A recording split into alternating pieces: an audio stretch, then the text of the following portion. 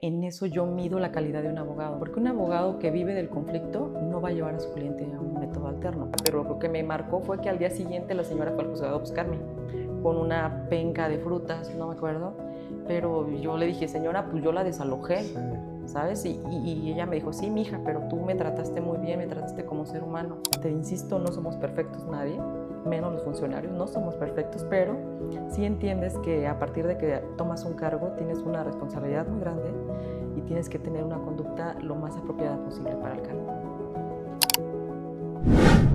Fuera del cargo.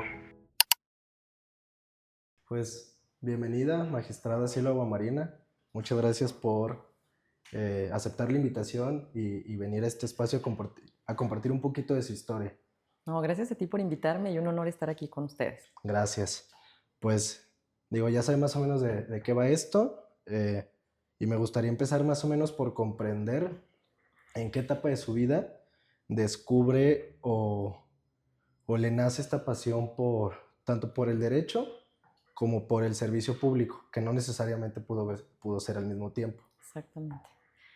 Fíjate que me parece a mí muy complicado que de repente le forzamos a los jóvenes o adolescentes, ahora que he estado en estos temas de niñez y adolescencia, 17 años, a elegir qué es lo que se van a dedicar en su vida.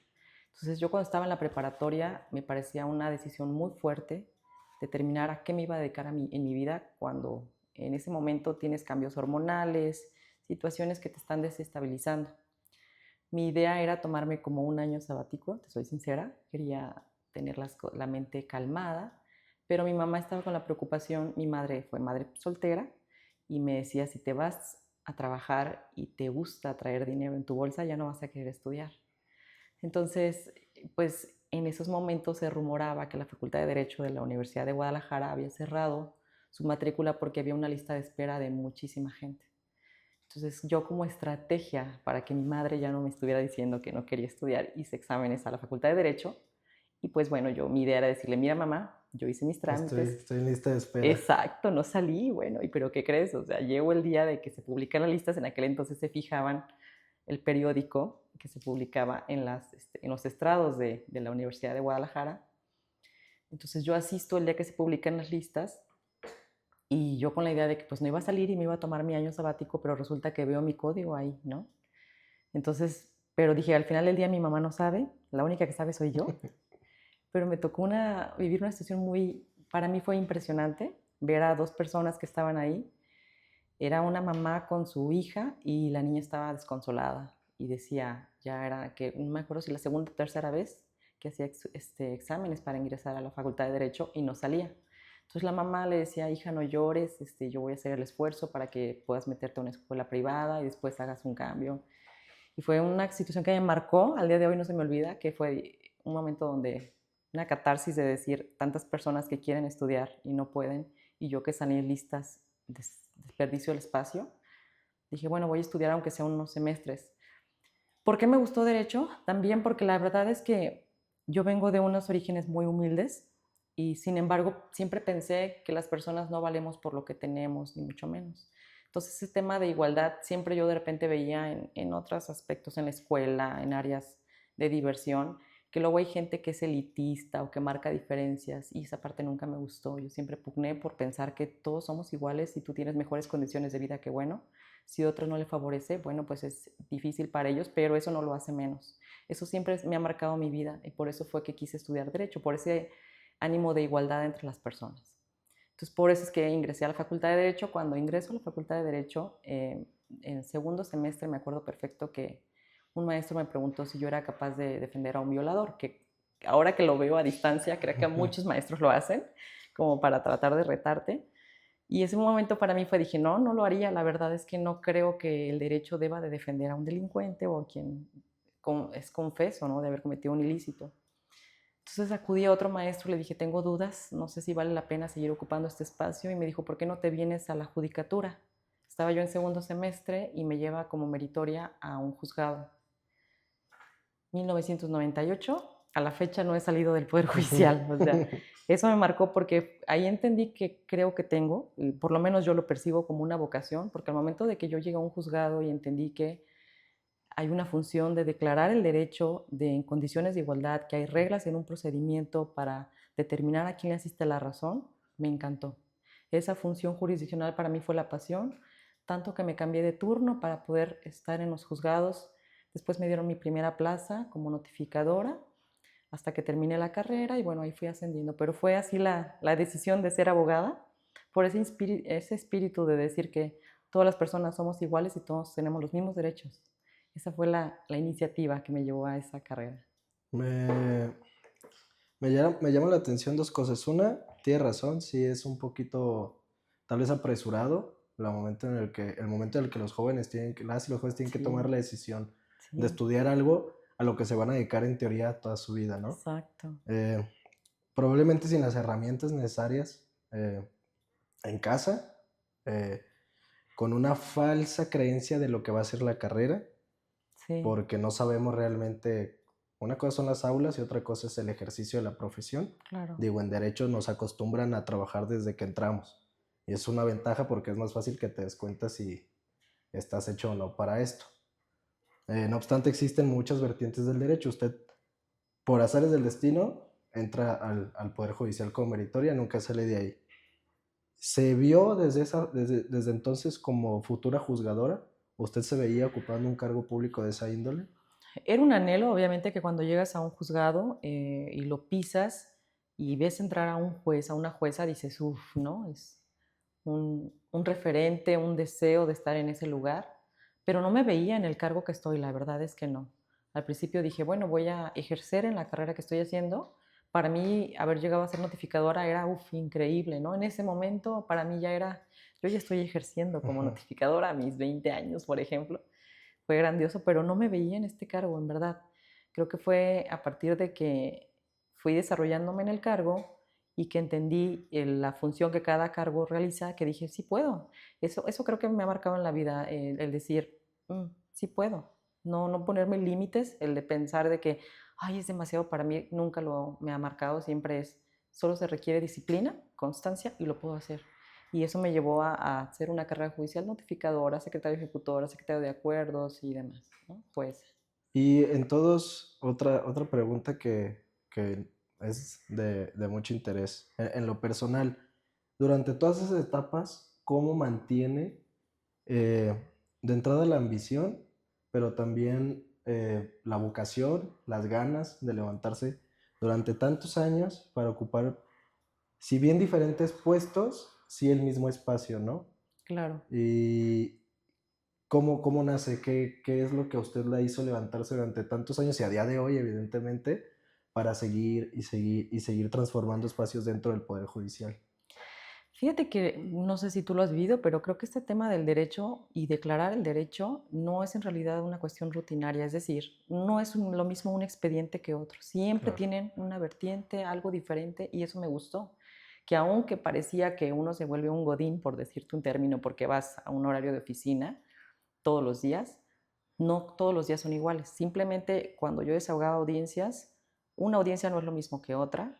En una hay un adulto mayor al que le tienes que hablar con mayor claridad. En una, pues hay temas familiares que tienes que saber cómo abordar un tema. En su momento también yo desahogaba audiencias de conciliación, entonces desarrollar estas habilidades de mediación, conciliador, negociador, todas estas habilidades, para mí todos los días era un reto y un aprendizaje. Entonces nunca se volvió rutinario porque yo decía, vamos a ver qué me voy a enfrentar el día de hoy, qué voy a aprender y qué puedo abonar, porque lo que me gustó, Enrique, de esta función jurisdiccional, te soy sincera, es el poder abonar a que una persona que te trae un conflicto, tú le ayudes a solucionarlo. Nunca ha sido un tema de protagonismo, de, ay, soy notificadora, soy secretario, soy juez, es cómo te ayudo a ti, que traes un problema y yo tengo algunas habilidades, tengo desarrollados unos conocimientos para decirte cómo encontramos una solución y si no la hay, bueno, te voy a declarar el derecho con motivo de las pruebas que yo pude percibir, que aquí naciste la razón. Eso es lo que siempre me ha gustado. Y ahorita que me menciona eso, me imagino entonces usted está a favor de temas de conciliación, ¿no? Sí, O sea, medios alternos de solución de controversias, cree que es algo muy favorable para efectos de bajar cargas laborales dentro de juzgados, o no tanto, o sea, ¿qué le ha tocado ver a usted en ese sentido?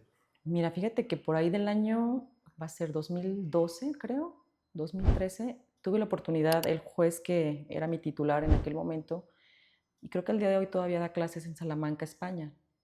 Entonces él me dice, vete a un curso de mediación o conciliación en Salamanca, España. Son 3 semanas y regresas y me platicas. Entonces yo voy a España, me toca que me den clases maestros de Inglaterra, de Portugal, de muchos lados. Y me encantó este sistema que allá conocí que se llama sistema multipuertas. ¿Qué es esto? Que lejos de tener una oficialidad de partes como aquí la tenemos, ellos tienen un sistema multipuertas donde tú acudes, Enrique, y dices, tengo un problema con mi inquilino. Entonces una persona analiza tu conflicto y te dice, tú estás para una mediación. Y luego hay otra persona que dice, no, es que el problema es de índole familiar. Ah, bueno, vamos a intentar una conciliación o otra mediación. Aquí depende, un negociador, por ejemplo, en temas mercantiles. Este sistema multipuertas para mí fue un boom, o sea, fue meterme otro chip en la cabeza cuando yo regreso a mi trabajo y le platico a mi titular, al juez, lo que yo aprendí. Dijo, bueno, pues desarrolla un proyecto. Y yo le decía que en temas de arrendamiento buscara, como era un juzgado civil, buscáramos lo más posible meter la audiencia de conciliación y que si me permitía yo tratar de a venir a las partes, porque generalmente en un tema de arrendamiento, generalmente, no todo es devuélveme el inmueble, págame las rentas y el otro dice dame tiempo o hazme una quita. Entonces esos temas cuando uno está de este lado del escritorio, de repente tú le puedes poner un nombre al problema, cuando la gente lo trae emocionalmente abrazado y tú ya le dices, no, el problema es el dinero y la casa, vamos viendo cómo solucionar estos problemas. Y creo que a mí me encantó los métodos alternos. Yo creo que en México estamos mal formados en el sentido de que todo lo queremos judicializar. Si tú le dices a una persona que tiene un problema, lo primero que dices, voy a buscar un abogado para ir a juzgados, ¿no? Lejos de decir, voy con un abogado para una negociación, una mediación, no. Eso fue lo que yo me enfrenté cuando regreso de España, de que dije, bueno, es que nosotros en nuestra cultura, a la primera de conflicto buscamos a un juez, lejos de buscar que nosotros mismos en una autocomposición pudiésemos resolver el problema. Pero a mí me encantan los métodos alternos. Creo mucho en la habilidad que cada uno de nosotros tenemos para resolver nuestros problemas, porque nadie más, y yo lo desarrollé mucho en materia familiar, nadie más que nosotros conocemos nuestros problemas, nuestra naturaleza, lo que traemos cargando. Entonces, yo les decía en materia familiar, ustedes, padres, nos traen un problema y me piden que yo fije una convivencia para sus hijos cuando yo no sé sus horarios, sus preferencias, sus lugares favoritos para asistir. Entonces, a mí me ponen una carga, que ese es mi trabajo, lo sé, pero yo les decía, denme herramientas, necesito saber toda esta información. Por eso es que te digo que yo creo mucho en los métodos alternos, porque la gente tiene la habilidad de encontrar una solución por sí misma con base en su problemática y sus herramientas de solución. Entonces a mí me encantó los métodos alternos y al día de hoy todavía creo mucho en ello. En su experiencia, ¿qué tanto afectan los abogados de las partes en que se perpetúe este sistema de no comparecer a medios alternos? No sé si se escucha mal, pero creo que en eso yo mido la calidad de un abogado. ¿Por qué? Porque un abogado que vive del conflicto no va a llevar a su cliente a un método alterno, porque a él le interesa que el juicio lleve años porque está en una iguala, su forma de cobro es diferente. Pero estas nuevas generaciones como tú y demás ya traen otra cultura, otro chip, donde buscan y entienden, así lo veo yo, que la naturaleza del derecho es solucionar conflictos. Y entonces dicen, bueno, vamos a negociar. Incluso creo que hay muchos centros autorizados al día de hoy, como centros de mediación, gracias al Instituto de Justicia Alternativa, que ha hecho esa habilidad y ha tenido esa apertura.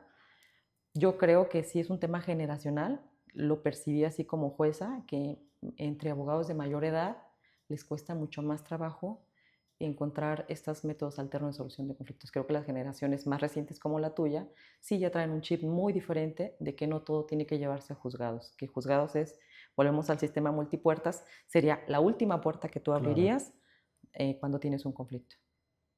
Y otra cosa, ¿cómo le hace o qué habilidades tiene que desarrollar una persona juzgadora para no involucrarse de más de una manera emocional con los expedientes que está viendo, para poder separarse incluso de tal vez algo que pueda empatizar con la historia personal de uno, con el Claro. fallo que tiene que ejercer?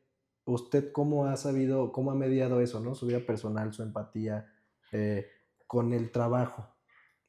Es bien complicado, porque al final del día todos los juzgadores o quienes estamos en tribunales, desde un meritorio, notificador, secretario, juez, magistrado, somos personas que tenemos historia, es decir, es difícil que no estemos sesgados, partiendo de eso. Sin embargo, lo que tenemos que muy claro, creo que todas las personas que estamos en tribunales, es que debemos ser muy objetivos, es una de las reglas, ¿no? La objetividad, el no perderte, el no abrazar causas ajenas es lo que nos llevó a estar de este lado del escritorio, porque si tú abrazas una causa ajena, entonces eres un muy buen litigante, porque crees mucho en la historia de tu cliente. Entonces, principalmente para llegar a ser funcionario, no debes de abrazar causas ajenas. Luego, yo creo que eso, y ahora con la implementación de la inteligencia artificial en la justicia o en la impartición de justicia, creo que eso nos hace la diferencia, Enrique, porque al final del día, si tú buscas que alguien te declare el derecho conforme a un código o criterios de jurisprudencia, pues pásale la información y te va a dar una sentencia en 10 minutos, no necesitas desahogar un juicio, ¿no? Pero este tema donde sensibilidad, en mi caso, y cuando me dieron adscripción de jueza familiar, créeme que no fue grato por la carga de trabajo. Un juzgado familiar maneja más de 2.500 juicios por año, cuando medios internacionales tienen establecido que un juez sanamente puede conocer de entre 600 y 700 juicios por año. Entonces, cuando te mandan a un juzgado familiar, por lo menos en zona metropolitana de nuestro estado, y sabes que traes una carga de 2.500, es pesado.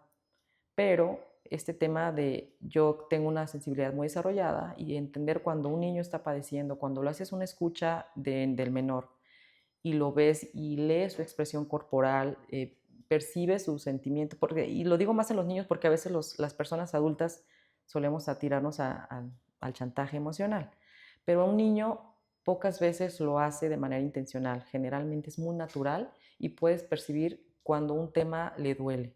Y esa parte a mí me encantó en el sentido de que puedo abonar a solucionar ese problema. Para eso siempre estábamos asistidos de la gente de niños, niñas y adolescentes o la gente social, y en el momento puedes dictar medidas que de inmediato hagan sentir mejor a esa personita que estás escuchando, y esa parte donde esa sensibilidad es difícil, tienes que ser muy objetivo, pero no es tan malo que puedas tú sentir, porque al final del día eres humano, en mi caso soy mamá, y si esta sensibilidad me permite abonar a solucionarle la vida a una personita, pues qué bien. No es tan malo de repente no ser tan objetivo y ver nada más expedientes, que creo que es lo que mucha gente, ahora que estoy en Poder Judicial Federal, se queja de decir que las personas de Poder Judicial Federal son insensibles, inexpresivas. Si tú les abres la puerta y los escuchas, muchas veces la gente te agradece simplemente eso, que les hayas escuchado, ¿no? El sentirse oídos, visibilizados, les cambia la visión del Poder Judicial. Y digo, creo que aquí cobra importancia el, el tener habilidades como persona juzgadora para acercar la justicia al ciudadano desde el lenguaje, ¿no? A veces los abogados somos, digo somos porque pues somos todos, ¿no? Pero digo, yo procuro mucho cuidar esa parte, pero a veces somos muy ajenos al lenguaje de la normalidad del ciudadano y queremos expresar o platicar los temas o los conflictos que ellos traen de una manera sumamente técnica que ni siquiera entienden. Y si le sumamos que los expedientes, las sentencias, claro, requieren ese nivel técnico, pero si no sabemos explicárselo a una persona qué es lo que se le está resolviendo y el por qué, pues los alejamos por automático del sistema de justicia, ¿no? Y Sí. lo pudimos ver con el tema de la reforma judicial. Eh, yo lo vi en su momento que había mucha gente de acuerdo, fuera del fuero de la abogacía, ¿no? O sea, los abogados estaban en contra, pero todas las personas que no eran abogadas decían, no, es que sí, no sabían bien, ¿verdad?, qué era la reforma judicial, pero entendían que la justicia, o no se sentían ellos identificados con la justicia que en ese momento se estaba viviendo. Pudimos observarla a través de sus redes sociales también, la campaña que usted tuvo para ocupar el cargo de magistrado de tribunal colegiado, y justamente nos percatamos que habla mucho de eso, del que hay personas detrás de los expedientes. O sea, no estás viendo nada más alegatos aparte de los abogados, porque ni siquiera son directamente las personas, sino que hay una historia personal detrás, hay consecuencias reales en la vida de una persona, ¿no? Una sentencia puede transformar para siempre la vida de una persona en su patrimonio, en su familia, digo, en temas penales, en su libertad. Entonces, cómo acercar la justicia a la ciudadanía sin perder el nivel técnico necesario que requiere, ¿verdad?, lo que se está llevando a cabo en tribunales. Fíjate que yo creo que esa es una tarea de todos, o sea, tanto de funcionarios como de litigantes o postulantes, porque cuando salgo yo a las calles precisamente con motivo de esta campaña que bien dices desarrollé hace un año, yo me di cuenta que muchas personas no tienen idea qué es el Poder Judicial y qué hacemos. Piensa que el Poder Judicial son policías, ¿no? Entonces, el yo estar en las calles entregando mis volantes y decir que me estoy postulando para un cargo de magistrada, bueno, no tenía ni idea. Entonces, primero tenía que explicar que yo era una jueza, que tampoco tenía ni idea, pero les expliqué qué es lo que hacía yo como jueza. Entonces, a partir de ahí, la gente, y les agradezco mucho, que al día de hoy me siguen escribiendo. ¿Por qué? Porque entendieron qué es lo que hace un juez, qué es lo que hace un magistrado, que cómo deben, y esa parte siempre se le ha marcado a la gente cuando acudía a mí al día de hoy. Todavía hay personas que acuden a mí, les agradezco, pero decirle, yo nada más voy a resolver conforme a las actuaciones. Lo que yo veo en Claro. el procedimiento, yo escucho, porque soy persona, pero si lo que usted me dice no viene reflejado en su expediente, esa es la parte donde yo le pido a la gente que se involucre en sus procedimientos. Esto no quiere decir que le den las órdenes a sus abogados, porque creo que para eso se les paga la profesión de la asistencia o asesoría. Pero al final del día ellos traen una idea o una concepción de su juicio, y cuando tú revisas su expediente, pues resulta que están juzgados en rebeldía, que no ofrecieron una prueba que era indispensable. Entonces ellos traen una idea de que tienen la razón, pero resulta que su expediente o su procedimiento no les asiste conforme a las pruebas que se llegaron. Entonces creo que esta tarea de que la gente entienda en lenguaje cotidiano qué es lo que está pasando nos corresponde tanto a los litigantes como a los funcionarios, el decir, sí, usted considera que tiene la razón en relación a un inmueble y usted tiene la propiedad, pero resulta que en su procedimiento no se allegaron las escrituras que usted dice que tiene, o no asistieron los testigos que debían de declarar en relación a los hechos de que usted tiene 10 años poseyendo. Entonces hay que ser un lenguaje muy digerible para que la gente entienda que aunque ellos creen que tienen la razón o tal vez la tengan, el procedimiento nos lleva a otra realidad, ¿no? Que es las habilidades de sus abogados, ellos puedan percibirlo, que si en realidad llevaron al juez a donde debía de ser, porque si no tuvieron una buena asesoría o no una buena técnica, las actuaciones van a resolver o nos van a indicar una realidad diferente a lo que ellos traen. ¿Cómo, aprovechando que mencionamos el tema de la reforma judicial, sin involucrarnos en si fue lo correcto o no fue lo correcto, para usted, cómo la cambia el periodo de campaña? Justamente creo que fue de las pocas personas candidatas que vimos en calle, porque no vimos a muchos de las personas que se postularon, esa es la realidad, a usted sí. Le toca, tengo entendido, un distrito complejo por su dimensión, eh, que es prácticamente la mitad del estado de Jalisco. Sí. ¿Cómo fue para usted esa vivencia? ¿Le cambió algo? ¿Usted se lleva algo, se queda con algo aparte de lo que ya mencionamos? ¿O, o qué descubre? ¿Sí le sirvió a usted alejarse un poquito del escritorio para Sí. efectos de conectar con la ciudadanía o no? ¿Qué nos puede platicar sobre eso? Mira, yo de lo que recuerdo, primero el hecho de salir de mi escritorio, bien lo decías, uno se acostumbra a trabajar de 9 a 5 o 7 de la tarde en una oficina, y cuando me enfrento a esta realidad de salir a las calles y pide el voto, bueno, fue todo un reto. Pero luego resulta, y un fenómeno que a lo mejor puedo abonar a próximas generaciones, es este tema donde la gente en realidad, yo no tenía esa idea, no sabía, que para la gente es como, y qué honor, que te tengan como en un pedestal, como decir, una jueza salió a las calles, ¿cómo? O sea, ¿no? Y está subiendo videos a redes. Entonces yo salía y me decían de repente en ciertas poblaciones, yo la vi en redes y yo la conozco porque ya la vi, la están publicando, ¿no? Y usted trabaja como jueza, y esa parte de esa cercanía, en realidad yo la veía como pues un honor que la gente me reconociera. Segundo, que la gente entienda que también somos personas, ¿no?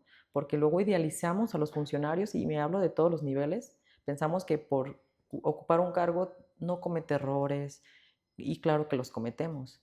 Y de repente también salimos con los amigos. Entonces esa parte donde la gente te dice, ay, pues es humana y es normal, ¿no? Esa es la parte donde creo que como personas, como seres humanos, tenemos esa tarea, no idealizar a nadie. y menos a los cargos. Y luego a quienes estamos en los cargos, tener esa responsabilidad de que estás cumpliendo con una función, de que te están pagando del erario público y que te tienes que tener una conducta lo más recta posible, ¿no? Porque te debes a una institución. Y para mí fue muy grato que luego llegaban al juzgado las personas y me decían, ay, es que yo le dije a mi hijo que la vi en redes y que usted estaba en este juzgado y queremos venir a saludarla. Entonces ya fue como un tema de popularidad, Sí. Enrique, que para una jueza, o en mi caso, yo no estaba acostumbrado a algo así. Generalmente tenemos un perfil bajo, procuramos no estar, justo cuando está uno en redes es porque algo te están criticando. Sí. Entonces procuramos estar lejos de las redes. Cuando me enfrento a esto de que la gente en los pasillos de Ciudad Judicial de licenciada, la vimos en redes, ¿no? Fue un reto decir, ay caramba, esta fama, ¿cómo se digiere? ¿No? Fue algo diferente, pero volvemos al punto. Para mí fue ahora un mayor compromiso, porque decía, si yo de repente me ven que me siento a tomar una cerveza y alguien toma una foto, entonces entendí esta parte donde tienes que cuidar todavía más estas formas de tener una conducta lo más apropiada posible. Te insisto, no somos perfectos nadie, menos los funcionarios, no somos perfectos, pero sí entiendes que a partir de que tomas un cargo tienes una responsabilidad muy grande y tienes que tener una conducta lo más apropiada posible para el cargo. ¿Considera que existe algún valor indispensable para llegar a ser juzgador o juzgadora? ¿O realmente quien sea puede aspirar a esos cargos? Digo, con la reforma judicial, sí, quien sea, pero en su experiencia, ¿hay algún valor indispensable en ejercer ese cargo o realmente no? Y justo tal vez esta diversidad de valores abona al sistema judicial. ¿Qué opina al respecto en ese sentido? Para mí yo creo que primero es de tener conocimientos, integridad y ganas de vocación de servicio. ¿Qué me he enfrentado, Enrique, en esta función? De repente, pues integro en un honorable tribunal que la verdad tengo unos compañeros que creo que por nuestros perfiles abonamos cada uno a partir de nuestras historias. Nos dividen entre magistrados de carrera y magistrados Sí. de elección. Es así la historia. La verdad es que al principio me molestaba, el día de hoy ya no me molesta porque cada quien tenemos una historia y estamos aquí para, así lo veo yo, resolver conflictos. Entonces la magistrada de carrera judicial federal, pues ella trae toda la técnica del amparo de 20, 30 años de carrera que tiene, ¿no? Mi compañero, que muchos años fue litigante, tiene una visión de litigante. Entonces, de repente él aprecia situaciones en un fallo que la magistrada y yo no vemos. Y yo como jueza tengo otra visión en relación a las pruebas y la forma en que se desarrolla un procedimiento. Entonces, por eso te decía que creo que para mí, que te puedo decir, es de los mejores tribunales, porque las tres posturas son muy diferentes, pero tenemos una visión y una vocación de servicio, es decir, nos trajeron un problema y somos la última instancia, somos instancia terminal. Tenemos que hacerlo lo más perfecto posible. Entonces estudiamos un aspecto, otro, y nos abonamos oye, en este asunto tuyo te faltó desarrollar este asunto, a mí me critican mis asuntos, yo critico los otros, con el ánimo de construir soluciones más sanas, más jurídicamente estables y darle solución a las personas, que para eso vinieron a nosotros, para que les demos una solución, ¿no? Entonces creo que sí se ocupan valores. En mi caso, yo creo que la integridad, el conocimiento, la objetividad son básicos, porque me he topado con gente que le encanta el protagonismo, Enrique. De repente hay personas que tienen que integrar con nosotros porque algún magistrado está impedido y entonces entra otra persona en funciones de magistrado, y me he topado con personas que les gusta el protagonismo y estoy en mis 5 minutos de fama, y creo que ese tipo de perfiles son los que dañan al Poder Judicial y al que sea, con el ánimo de enaltecerse a sí mismos lejos de abonar a una solución de un conflicto. Eso Claro. sí es para mí algo reprobable. Y me gustaría saber también si en toda esta trayectoria que usted tiene de la universidad a día de hoy, con todos los cargos que ha ocupado, si existe alguna historia que a usted en lo particular le haya cambiado su forma de entender no solo el derecho, sino el mundo en general, más que usted ha convivido mucho justamente con temas de niños, niñas y adolescentes. Me imagino que le ha tocado ver todo tipo de historias, pero no sé si le haya tocado ver algo a usted en particular que dijera, es por esto que hago lo que hago. Mira, me sacaste un suspiro, pero la verdad es que son muchos. Pero uno que me marcó mucho, y todavía no era jueza, era yo secretario, volvemos al punto me hizo recordar por qué soy abogada. era yo secretaria ejecutora y me tocaba desalojar a una persona. Entonces, si te ha tocado participar en un desalojo, no son actividades muy sanas, o sea, muy gratas. Sí, Generalmente hay un poco de dolor en la persona que estás desalojando, incomodidad, enojo, todos los sentimientos que te puedas imaginar. Al momento que tú le dices, sálgase en este momento, no es grato. Entonces, en ese momento, pues yo tenía 8 años de ejecutora y te imaginarás qué cantidad de desalojos había hecho en 8 años. Pero en esa ocasión era una señora, un adulto mayor, yo creo que alrededor de 70 años en aquel momento. Era como un tipo huerto lo que estábamos desalojando, nos llevó horas. Pues, ¿qué pasó? Que yo al ver que era una mujer sola, adulto mayor, y era un lugar grande, y ella me pidió tiempo para poder comunicarse con sus hijos y que la asistieran. Y bueno, tienes a los policías, a los abogados ejerciendo presión de decir, ya empiece porque esto me llevó años, y los entiendes. Me llevó años llegar a este punto de desalojo para que usted me diga que no. Claro que no es así. Las sentencias se hacen para ejecutarse, para cumplirse. Entonces yo tenía esa encomienda, pero también entendí que estaba ejecutando a una mujer adulto mayor sola. Entonces, en esta situación, pues tratar de buscar, volvemos al punto, la objetividad del punto medio, cómo resolver, cómo cumplir con una sentencia sin llegar a ser tan lesivo para una persona en esas condiciones.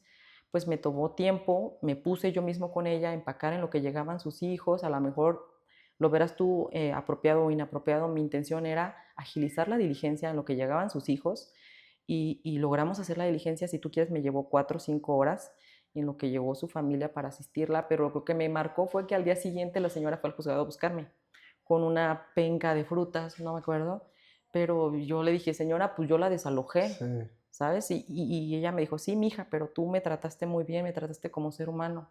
Dice, lejos de delincuente, y eso se me marcó muchísimo, lejos de considerarme un delincuente, me entendiste como mujer y como señora grande que soy, y te agradezco mucho. Iba ella, y a mí eso, la verdad es que me salieron las lágrimas porque en el momento tú no lo concibes así, pero lo tenía yo muy presente. No estaba yo desalojando a un delincuente, era un adulto mayor que no en ese momento el derecho no le asistía, había que desocupar el inmueble y entregárselo a alguien más. Pero eso no implica que le des una patada en la puerta, que seas grosero, que le truenes los dedos. Ese tipo de actitudes son las que te digo, me marcaron toda mi vida de que todos somos personas y merecemos un respeto. Y que la señora al día siguiente, después de desalojarla, fuera a darme las gracias, fue para mí decir, Dios, gracias. O sea, estoy haciendo algo bien, ¿no? claro. Em, ¿Qué diferencias ha encontrado entre el Poder Judicial local a el Poder Judicial federal? No sé si... Y ahorita lo menciona el tema de sus compañeros magistrados y me llamó mucho la atención el tema que usted dice que como usted fue jueza, pues tiene justamente otra visión de las pruebas, porque como usted bien lo dice, pues usted sí formaba parte de los procedimientos, ¿no? Ahorita, eso es algo que yo la verdad jamás había pensado, pero creo que con mayor razón usted aporta una visión muy valiosa, Gracias. porque ahora desde el espacio del Poder Judicial Federal, no solo es entender el funcionamiento del amparo, sino comprender cómo se llegó a la resolución que se está combatiendo en los tribunales federales, Así ¿no? O sea, es. es qué interpretación le está dando el juez o la jueza a las pruebas desahogadas durante el expediente Exactamente. para llegar a esa resolución. Y si no entiendes esa visión o ese proceso, ¿cómo modificas la sentencia o la confirmas, verdad? En su caso. Exacto. O sea, el tema de haber participado, mira, yo creo que, y con el respeto que me merecen todos, para mí, este punto de llegar a magistrada tenía que llegar porque a mí me tocó estar desde recibiendo una promoción, Enrique. Entonces, el recibir una promoción no es nada más ponerle la hora, es describir un documento. Entonces, si tú le pones un contrato de arrendamiento de fecha 1990, ya estás aportando las pruebas, ¿sabes? Esa parte es donde uno tiene, en el cargo que estés o en el lugar que estés, tienes que tener el cuidado y la intención de ir construyendo un, vamos a llamar, estado del arte, para que al final del día tengas la resolución que buscas. Entonces, si yo recibí los escritos, me tocó proveerlos cuando era secretario, me tocó desahogar las audiencias, después como jueza me toca valorar esas pruebas cuando están desahogando la confesional o la testimonial, cómo declaran los testigos, sus generales, si son amigos, son enemigos, o sea, si son parientes, la edad, el domicilio, Eh, Todo esto te lleva a apreciar las pruebas de otra manera. Y cuando la gente no preparó, porque eso es lo que he aprendido mucho acá en materia de amparo, y la gente lo sabrá, cuando estás llegando a una instancia de amparo es porque ya agotaste todo un procedimiento ordinario. Y todos estos procedimientos, si tuvieron violaciones, tuviste que haberlas marcado. Entonces, cuando llegan con nosotros a Poder Judicial Federal, tenemos que analizar mucho esta parte, donde los abogados o quienes están asistiendo a las personas en sus problemas tuvieron que haber agotado los medios de defensa ordinario, levantar la mano y decir, hey juez, aquí está pasando algo. Y si el juez no te hizo caso, bueno, entonces ya entramos nosotros en Poder Judicial Federal a ver esas violaciones y de qué manera trascendieron al resultado del fallo.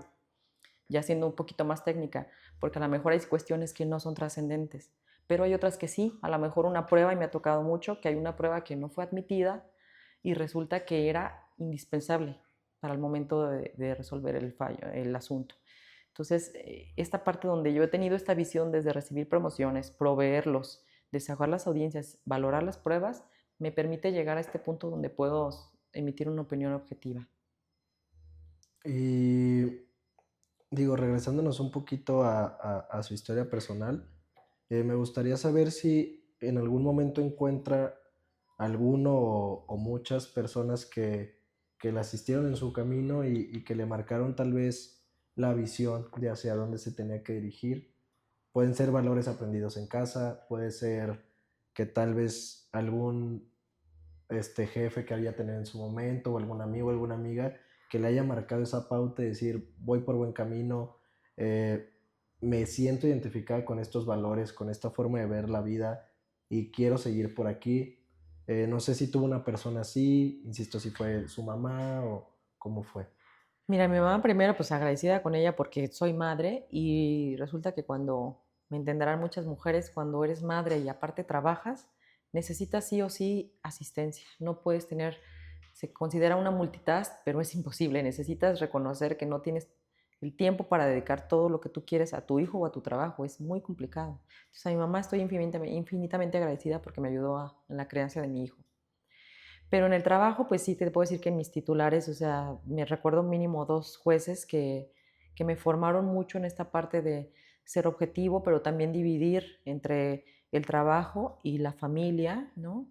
Un compañero al que le estoy muy agradecida, el licenciado Héctor Núñez, que se acaba de jubilar, es un hombre es un hombre íntegro, de muchos valores, y aparte una visión muy objetiva, conoce mucho el derecho. La verdad que para mí fue mi superior en el aspecto de que él era secretario de acuerdos y yo secretario ejecutora, y siempre estaba para, cuando teníamos una duda, asistirnos. Si algo no se complicaba en una diligencia, yo le marcaba y me decía, a ver, toma en cuenta estos puntos. O sea, ese tipo de personas que siempre están para orientarte, para ayudarte a encontrar una solución, son invaluables. Y yo la verdad es que al licenciado Héctor Núñez siempre le voy a estar muy agradecida.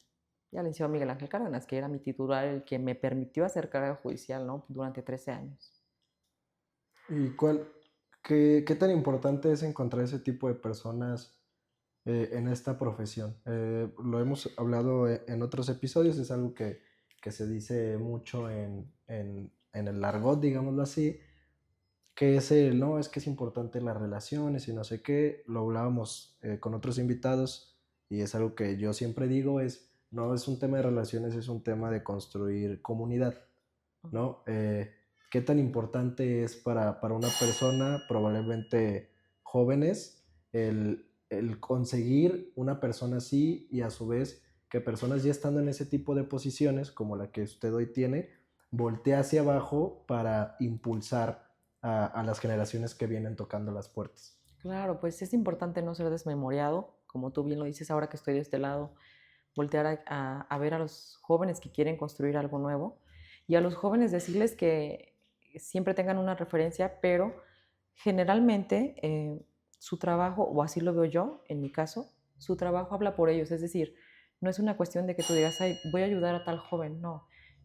Cuando tú observas en una persona disciplinada, ordenada, que busca ser más allá de lo que tú esperarías, porque para mí eso cuenta mucho los méritos, el decir, bueno, yo soy auxiliar, pero yo ya estoy haciendo acuerdos, o soy notificadora, pero quiero desahogar audiencias, o soy secretario, pero quiero hacer sentencias. Entonces, el ir más allá de lo que te corresponde siempre te abre las puertas, porque es una manera de mostrar que estás capacitado y que tienes el hambre de crecer. Y entonces a mí eso siempre me llevó a buscar gente de referencia, de decir, él me va a ayudar en estas dudas. Si yo quiero crecer y él ya está en ese cargo, él me puede orientar. Entonces es nada más tener una visión. Creo que es muy importante tener una visión hacia dónde quieres ir y vas a encontrar personas que te van a asistir. Y los que estamos de este lado, pues decir, yo llegué aquí gracias a que alguien me tendió la mano, no voy a olvidarlo, y entonces voltear a echar la mano a quien se puede, quien se lo merece. Y digo, aprovechando que menciona ese tema, ¿qué recomendación usted le da a alguna persona, no importa si son jóvenes o no tan jóvenes, porque pues en cualquier momento podemos cambiar, ¿no? El rumbo Claro. de lo que decidimos, pero ¿qué recomendación les podría brindar justamente si alguien busca perseguir tal vez una carrera como la que usted ha tenido? Aparte, como ya lo menciona, que es haz siempre más del lugar que estás ocupando. Pues yo creo mucho, y más el día de hoy, creo que pues, estoy hablando de los inicios del año 2000, no teníamos esta cantidad de información que al día de hoy en un teléfono puedes conseguir. Entonces ese tema del autoconocimiento, no necesitas tú ir a un aula y tener un documento y decirte doctor en derecho, maestra en derecho.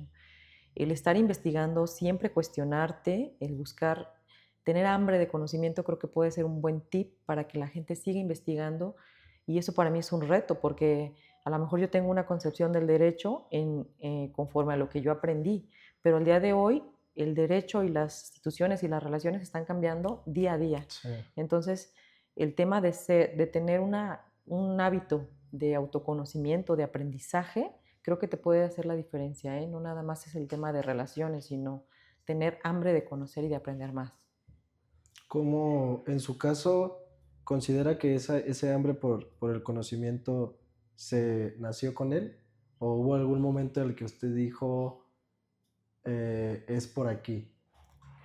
Mira, no me quiero echar tantas Ujú. flores, pero que yo me acuerde, siempre Ajá, fui niña ¿no? Me gustaba mucho el estudio porque justo yo pensaba, ¿cuántas cosas debo de ignorar? Y al día de hoy sé que ignoro claro, muchísimas cosas, pero entonces no es el tema de decir cuánto sé, sino decir cuánto me falta. sí. Entonces, esa visión de la vida o esa visión del conocimiento, de decir, híjole, es que me gustaría aprender más. Y en mi posición, volviendo a mi cargo, donde estoy ofreciendo la solución de conflictos, si tú quieres vía jurisdiccional, pero es una solución de conflictos, lo tengo que hacer de manera muy íntegra. Entonces, necesito más conocimientos de la materia que tú me digas para yo poder abordar tu problema con una óptica mucho más amplia. Y digo, está entredicho por todo lo que está contando, que ahora sí que es un tema de horas, ¿no? Sí. ¿Cómo nivela, cómo equilibra su vida personal con su vida profesional, si es que existe la posibilidad de ese equilibrio en ese tipo de cargos? ¿Y qué sacrificios ha tenido que hacer a lo largo de toda su historia para poder llegar a donde está hoy? ¿Y qué sacrificios sigue haciendo, ¿no? Sí. Para poder mantenerse. Bueno, el tema de dividir lo profesional y lo personal está complicado, sí, procuro, porque no es sano. Y me he topado con historias en Poder Judicial Federal donde entiendo el tema de que si alguien ha pasado por Ciudad Judicial Federal en la madrugada, ves luces prendidas. ¿Por qué? Porque hay gente trabajando a 1, 2, 3 de la mañana. Creo, Enrique, desde mi postura, y así trato de manejarlo en mi ponencia, que debemos de establecer un horario, ¿no? Máximo a las 5, de lunes a viernes, si es necesario acudiré yo los sábados, pero a partir de la tarde necesitas esparcimiento, necesitas ver a tu familia, necesitas hacer cosas que te gustan, porque si no tu mente ya no rinde y aparte pierdes objetividad. Yo te decía, en Poder Judicial Federal veo mucha gente, con el respeto que me merecen, enferma de muchos aspectos, a lo mejor yo también lo estoy, pero percibo una constante Poder Judicial Federal.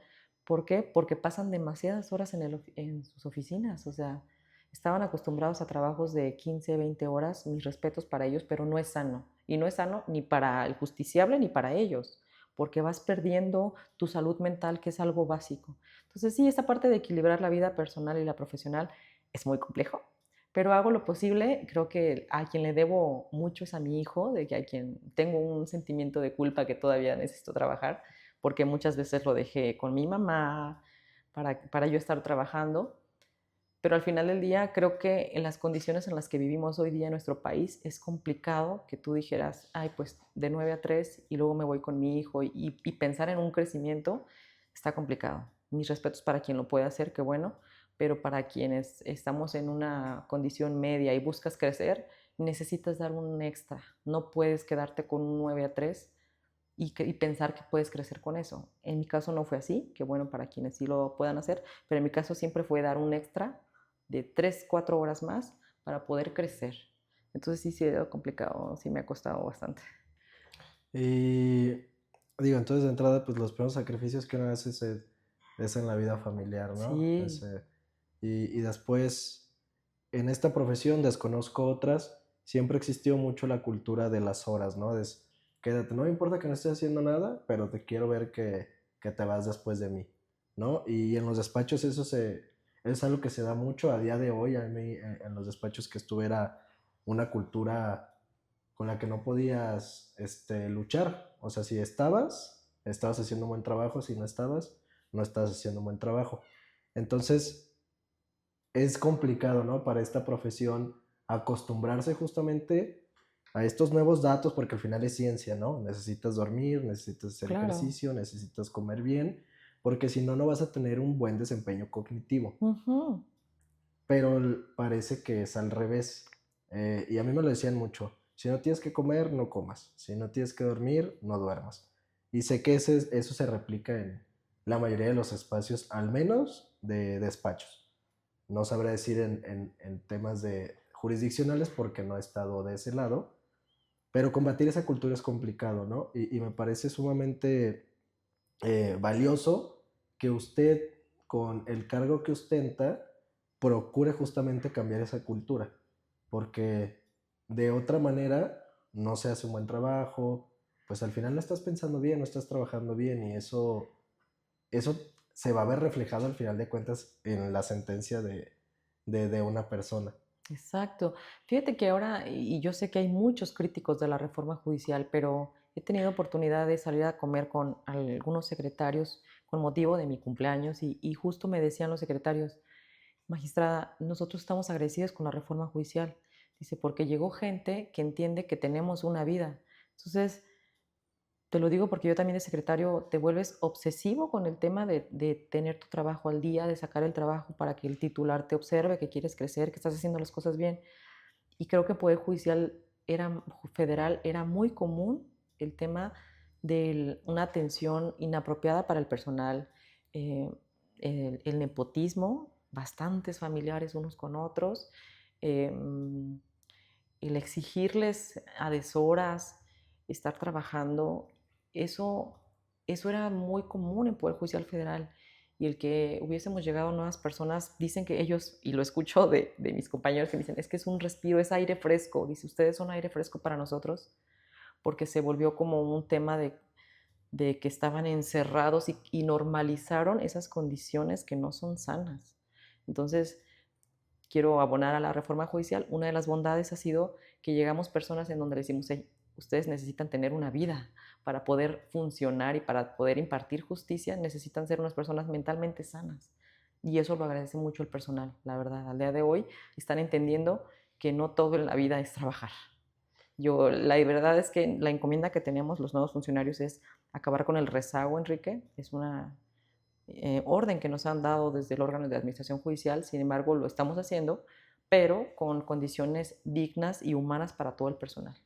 Claro, y al final, si no se hace de esa manera, eventualmente truenan las personas, renuncian las personas, se salen las personas, y vas a terminar con nuevo rezago, ¿no? Ahora, hecho por consecuencia de no haber administrado de manera correcta el tiempo, que creo que al final es un tema de gestión de tiempo. O ¿Sí? sea, incluso puedes hacer en 8 horas que dura la jornada laboral, eh, perfectamente lo que otra persona va a hacer en 16, porque esas otras 8 no son horas productivas, ¿no? O sea, se vuelve nada más un tema de, como mencionas hace ratito, de estar. Exacto. Y es un agotamiento que en realidad ya no es productivo. O sea, yo la verdad es que sí lo que observo mucho en Poder Judicial Federal, ellos no reciben tanto a los justiciables como lo hacíamos en Poder Judicial del Estado. Para cualquier justiciable es más fácil llegar a un juzgado local y buscar su expediente y hablar con el juez. En Poder Judicial Federal ya no es tan común que la gente asista. Entonces eso permite que en el horario en que están en su oficina es muy productiva. Entonces ellos con 6, 7 horas que estén, 8, alcanzan a avanzar en su trabajo y pueden atender válidamente a su familia, sus preferencias, sus necesidades muy bien. Entonces creo que es sano, indispensable. Claro. Eh, También me gustaría preguntarle cuál ha sido el mayor reto que usted ha tenido en este trayecto y cómo decide lanzarse para magistrada. Mi mayor reto ha sido eso, mi hijo, el tratar de no fallarle como mamá, pero no abandonar mi sueño de superarme. Esa dicotomía de decir, híjole, quiero ser mamá, quiero ser tu mejor mamá, pero quiero ser una profesionista exitosa, es un choque que muchas mujeres me van a entender, es muy complicado entrelazar esos aspectos. Ese ha sido mi mayor reto. ¿Por qué he decidido lanzarme? Precisamente por esta hambre y esa, vamos a llamarle egocentrismo, es decir, yo puedo, en verdad puedo cumplir con ese cargo. Entonces decido lanzarme porque si se abre esta convocatoria para que cualquier persona que cumpla con unos requisitos que para mí fueron en ese caso no muy exigentes, porque dije, si yo como jueza siempre he querido ser magistrada, creo que los que ya estamos en la función pública y en la impartición de justicia somos los primeros que tenemos que inscribirnos, porque somos los que, para nosotros el ser magistrados o jueces es un proyecto de vida que tienes marcado y trabajado de tiempo atrás, que muchas personas deseen ese cargo, muy respetable para mí, pero creo que los primeros obligados somos los que ya tenemos una trayectoria trabajada y una visión, un punto marcado de decir yo voy para allá. Independientemente de que hayan cambiado las reglas del juego, este es mi camino. Si cambiaron las reglas del juego, me adapto, pero voy para allá. Entonces, por eso decidí inscribirme porque yo tenía muy claro que quería ser magistrada y si las reglas del juego cambiaron, ahora era de elección popular, pues me meto a estas condiciones, pero no quito el dedo del renglón que es ser magistrada. Y ya para ir finalizando, me gustaría saber dos cosas. Una, eh, ¿cómo fue o cómo es para usted como mujer ocupar este tipo de espacios? Lo vimos que en la reforma judicial, si no me equivoco, fueron mujeres electas alrededor del 60%, poquito más, pero es algo que no habíamos visto. Es una realidad que anteriormente no se hacía y usted que lleva tantos años de carrera, pues lo sabrá mejor. ¿Cómo ha sido para usted como mujer ocupar todos esos espacios hasta lo que tenemos hoy? Mira, como te dije al principio, yo empecé desde los años 90, entonces era muy común una mujer de 20 años sufrir acoso, desde subirse al carro de un abogado para hacer una diligencia y estas intentaran sobrepasarse contigo, era muy común, ¿sabes? No se denunciaba, estaba como normalizado. Al día de hoy me da gusto saber que esto está muy penado, que las niñas que deciden ser meritorias, meterse a estudiar derecho, no deben permitir estos acosos de maestros, de abogados. Entonces sí, lo sufrí yo también.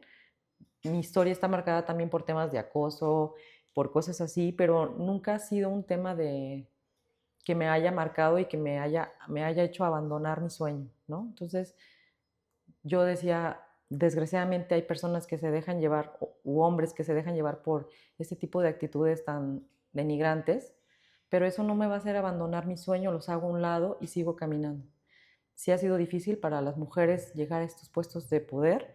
En mi caso tengo 4 secretarios hombres y el resto de mis compañeros también, o sea, entre oficiales y demás, muchísimo más hombres. Entonces que llegue una mujer a dirigir, pues yo nunca me he considerado menos que un hombre, la verdad, no sé si es soberbia o este tema que te digo de la igualdad, no creo que necesite consideraciones porque soy mujer, creo que puedo con esto y cualquiera de nosotras podemos en cualquier cargo, pero sí te encuentras de repente con actitudes o patrones de conducta inapropiados que en mi caso lo que he hecho es hacerlos a un lado y seguir caminando. Nada más si tienes creo que se nos pone una carga mayor a las mujeres de decir, a ver, pero ¿por qué llegaste aquí? Seguro porque eres la novia de alguien, ¿no? Simplemente vuelvo al punto, mi trabajo habla por mí, como cuando te digo de los jóvenes que quieren ayuda, su trabajo habla por ellos, así yo siempre he pensado, que si tú como mujer tienes una carga de decir o un estigma de que solamente llegan las novias, las hermanas, las hijas de ciertos cargos altos, No, bueno, a lo mejor las personas que venimos sin un padrino, abriéndonos camino por nosotras mismas, tenemos el doble de trabajo, tenemos que demostrar doblemente por qué estamos aquí, pero para mí no ha sido un tema complicado, al contrario, por mi misma hambre de conocimiento, pues me pongo a estudiar y me pongo a desarrollo habilidades de liderazgo para que vean que yo puedo con eso. No sé si es un acto de soberbia, Enrique, te puedo decir, pero siempre he pensado que puedo con eso y más, la verdad.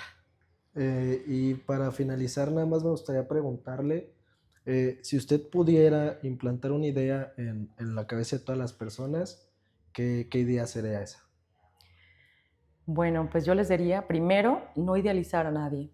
Todos somos personas, seres humanos, somos susceptibles de cometer errores, pero también con la conciencia de que estamos ocupando un espacio, y me refiero a funcionarios públicos, quienes decidan postularse, por ejemplo, para un cargo público, el que sea, tener la conciencia de que estás recibiendo un pago del erario y entonces eso te obliga a tener una conducta mayormente responsable, íntegra, una conducta objetiva y para quienes no están, no idealizar a las personas y ser críticos e involucrarse siempre, es decir, si la política no nos parece, involúcrate.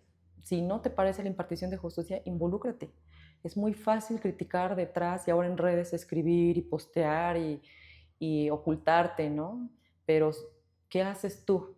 Yo pediría eso y abonaría, si lo puedo hacer desde con mi hijo, es ¿qué haces tú para cambiar el mundo? No vengas a criticar, eso está lleno el mundo, Sí, no necesitamos más. ¿Qué haces tú para cambiar lo que está pasando, lo que no te parece? Abona en algo, ¿no? sí, sí, y ahora sí, para finalizar, agarrándome de su comentario, creo que el hecho de que usted se lanzara para magistrada de tribunal colegiado es el claro ejemplo de eso, ¿no?